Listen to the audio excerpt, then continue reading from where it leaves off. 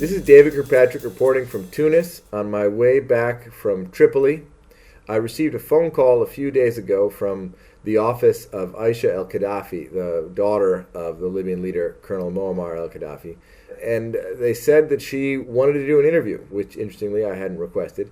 But I offered to fly back to Tripoli, and they made that possible. When I got there, I was surprised by her tone, and I think she was offering a window into how the family is feeling right now. It was much more fatalistic. She talked as though it had already happened sometimes about how much the West would regret driving her father from power, about the dire consequences that she predicted when Colonel Qaddafi was gone in terms of an exodus of illegal immigrants into Europe, a terrorist foothold on the Mediterranean, chaos in Libya, and other dire consequences that she forecasted. Ms. Qaddafi has some experience defending Arab autocrats.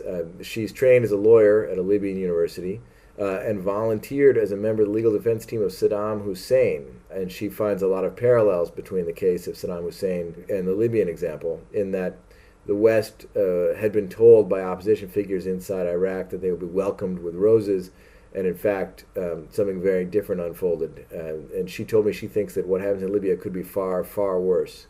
She said that she tells her children bedtime stories about the afterlife, and she finds that especially appropriate right now because she fears that a bomb could take their life any day. Her 5-year-old, she said, is so afraid of the bombs that he's now suffering from incontinence. That night, in fact, the NATO airstrikes actually hit the Qaddafi compound for the 3rd time in their most serious bombing of that facility.